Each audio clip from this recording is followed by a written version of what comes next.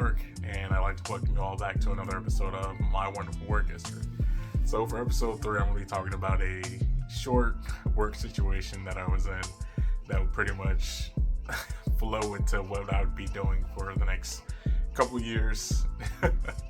So it's May 2013 is when I did this work situation I was in while I was still in Vegas, but beforehand, a few other things happened. So after the last episode, I talked about the seasonal position at the bookstore that pretty much went away as soon as the season was over. And with that, I was pretty much just going to school and going home.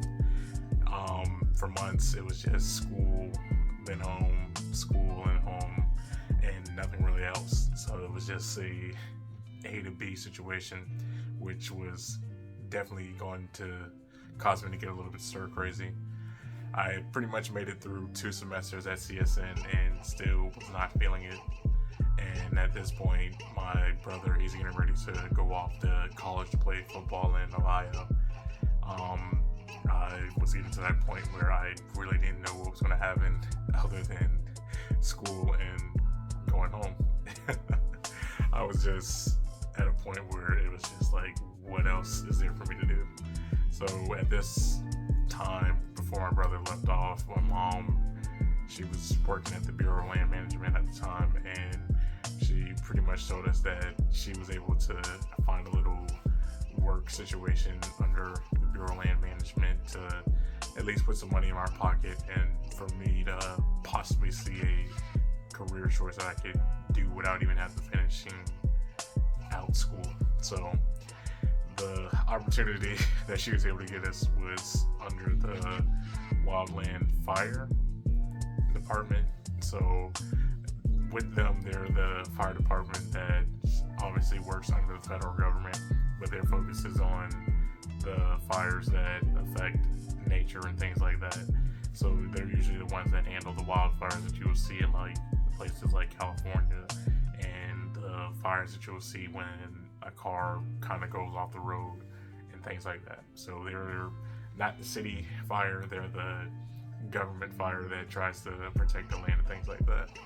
So with that, it was one kind of a semi-hard sell because, again, didn't know anything about firefighting other than what I've seen in TV and movies, and I was just like, that doesn't seem like a good fit at all, like compared to the things that I've done work-wise and pretty much what my focus was in school. So it's just like that would be like a complete 180 focus-wise for me.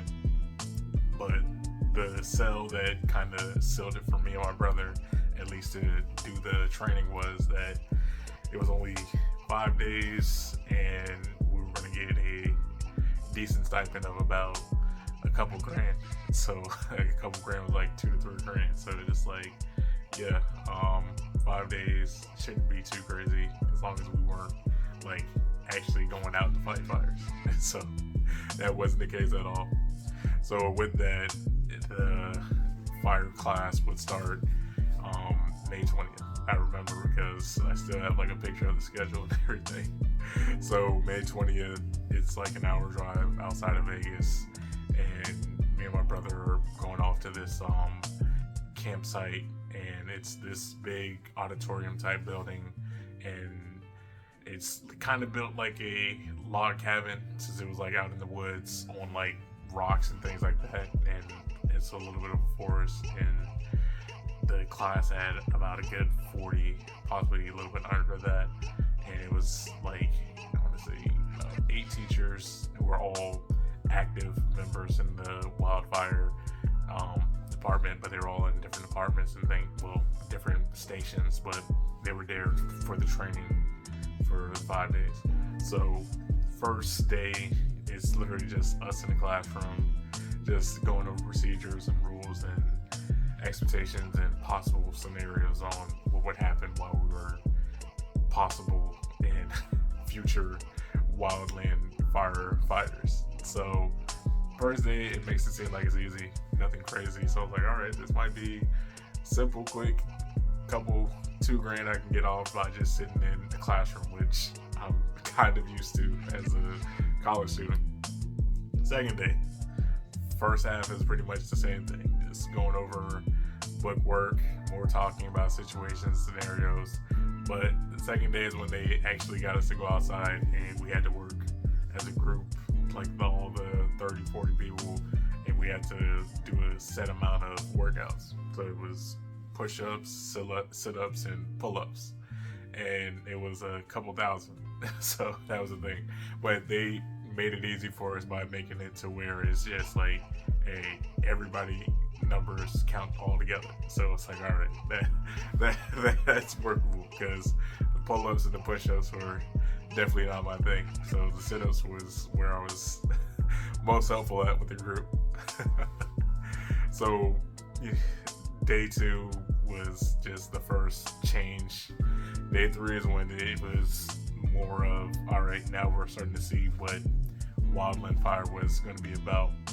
So day 3, we're introduced to some of the equipment that it would be using or while they're active, when possibly during an actual fire situation. So the main equipment they showed us was an axe, shovel, a pickaxe, and this little fire cover. Well, not little. It was like, think of like something like aluminum foil. It's a big foil type cover that we throw over ourselves, and we have to come down. So the scenario they put us in for using that was they would shout out fire, and everybody would have to come down and cover their bodies and make sure that the entire thing is sealed. We're in with no issue. So back to the first day, talking about how the site was set up. So there's lots of rocks. So we're doing this, trying to get our timing right, make sure everybody's sealed in. The teachers are going around making sure everybody's sealed in. We do it like, I want to say 2 or 3 times, and then once we're finished up, everybody's just talking, and then we just see like one person, forearms covered in blood due to all the rocks that are on the ground of the site. So it's just like, oh man, that's rough, because pretty much what they told us uniform wear wise was, it was a t-shirt and cargo pants, just so we would possibly keep all of our stuff on us and anything that we possibly need for when we go out into the actual field of just scenarios and things like that, to at least cover up our legs. So day 4 day 4 is when we get to see all the equipment that we possibly use, and also see the actual truck that would possibly be used in, again, a fire situation. So a fun moment. We're split up into groups, and we're going to the different stations, seeing different type of equipment, getting explanations on how they work. And then we also have the fire truck that we would have to practice with, working with the hose and like simulate like we're actually spraying it, but also making sure that we keep our distance on being away from the truck, since the truck is moving behind us while we're using or simulating like we're using the hose. So funny moment. For some reason, the teacher, he decided to just stop everything as soon as I get up there, and pretty much he got a good laugh out of everybody. So he pretty much says, "Mark, your voice is so deep, I'm pretty sure you can talk to whales." So at this time, again, I'm 20, I still don't have the best vocal control. The voice can go either crack and go high, or it can go low, and sometimes I just have like zero control of when it would happen. And obviously my voice got extra deep when I was trying to talk to him about, you know, how the timing should go with the hose, and he just had to stop everything to get his joke off. Obviously everybody's dying laughing. I'm just like, all right, hey, you got your good joke in, all right. So pretty much, you know, 4th day, it was a little bit more active, a little bit more hands-on, since we were actually outside of the classroom, and we were just out by the river, well, not the river, but the lake that was not too far from the site where we were first doing our first 3 days at, and just getting hands-on with the equipment. So the last day, May 22nd. So this is pretty much, at this point, you have to finish it. Like, the first couple of days, some people dropped out due to just being bored or thinking this just wasn't for them. So you make it to the 5th day, you didn't have any choice but to finish unless you got hurt. So we drive off to someplace other than the site that we were doing our first 4 days at, and they told us, hey, park in this lot, and everybody just wait.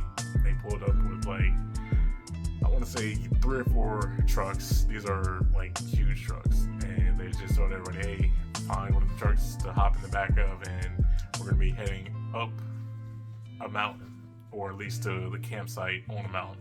So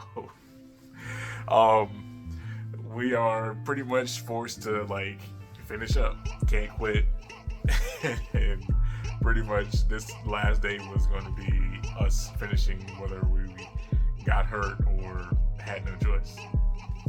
We get out, they give us bags of the equipment that we would be using, give us an explanation. In the first, I want to say 3 hours is just us practicing by chopping stumps. We chopped stumps, and we were working with shovels, so we're getting used to the main equipment we would be using for making a fire line. So with that, making the fire line was going to be the focus to finish up the last day. So for those that don't know, making a fire line is pretty much when they are pretty much making a gap between like the fire and the rest of the land. So it's either digging up and picking away at parts of the land to make like a little ditch or a big ditch as much as they can to like slow down the spreading fire. So we didn't know like how serious it was going to be, because again, it's pretty much been smooth majority of the time. The first half of the day with like 3 hours of this, just using the equipment of the pickaxe and the shovel, wasn't too crazy, but it was just like the matter of, hey, we're doing this for like 3 hours. So with that, we had like 4 hours left. So what they did was they split us up into 2 groups, and the goal was to make a fire line with our roots the best we can. And we were starting at the bottom of the summit, and we would be working our way up until we meet the other group. And then when we meet the other group, all we're doing is going over their fire line, and that would be like a good 4 hours, four or 3.5 hours. And it was just like, I don't know how I finished it. That's the best way to put it. Because it's like, we obviously didn't get to take a break once we got to the second half. First half, we got a break. You know, they had lunch for us, a lot of Gatorade, and made sure that they let us know, like, hey, don't drink your own water too much because you're going to need it for the second half. So, and also with the places in the West, you would know, like, the heat compared to, like, in the South and things like that is dry heat. So it definitely will hit you a little bit different if you're not used to it. And so luckily nobody like passed out, but it was just like the heat being in, you know, pants and a shirt that was pretty much padded or leathered, well, not leathered, but like pretty much it was stuffed just because we had to have an extra shirt that time. And then also it was just like, we got our bag, we're carrying equipment, and it was just like, all right, we're breaking down, and we're literally going from the start of the summit, we're going down to ravines, and we're going up the mountain, and it's just literally just picking away at the ground, making a fire line. So it was a tough situation, but we made it through. That's the best way to say it. We finished it, got our congratulations. They gave a certificate, you know, and pretty much what they told us after that was, once everything goes through and is certified that, like, you know, hey, these guys actually passed, we're going to expect a stipend, and also we would be getting calls from other stations that were try to have us come in to possibly do like a week of work, or, you know, get a actual training to possibly be into a wildland fire department. So with that, definitely glad I finished it. Definitely got paid. Definitely the main thing right there, getting paid. And I didn't actually get an opportunity to work for one of the fire apartments because at that point I was getting ready to move back east. My brother, he actually got to do it. He said it was not too crazy. It was definitely a little boring just because there was no situation where they actually had to go take care of a fire. But, you know, he enjoyed it because he got some extra money on top of the money that he was getting from the training before he headed out to college. And for me, it was just a matter of I got some money in my pocket, and now it's like I know I have no interest in doing that. And so I was like, I gotta find somewhere or someplace that I need to be at, or find a career that I need to be at that will come after school. And I was just like, obviously school was the main focus, but it was like I'm not interested in that, and I was just frustrated still and being in Vegas in the situation I was in.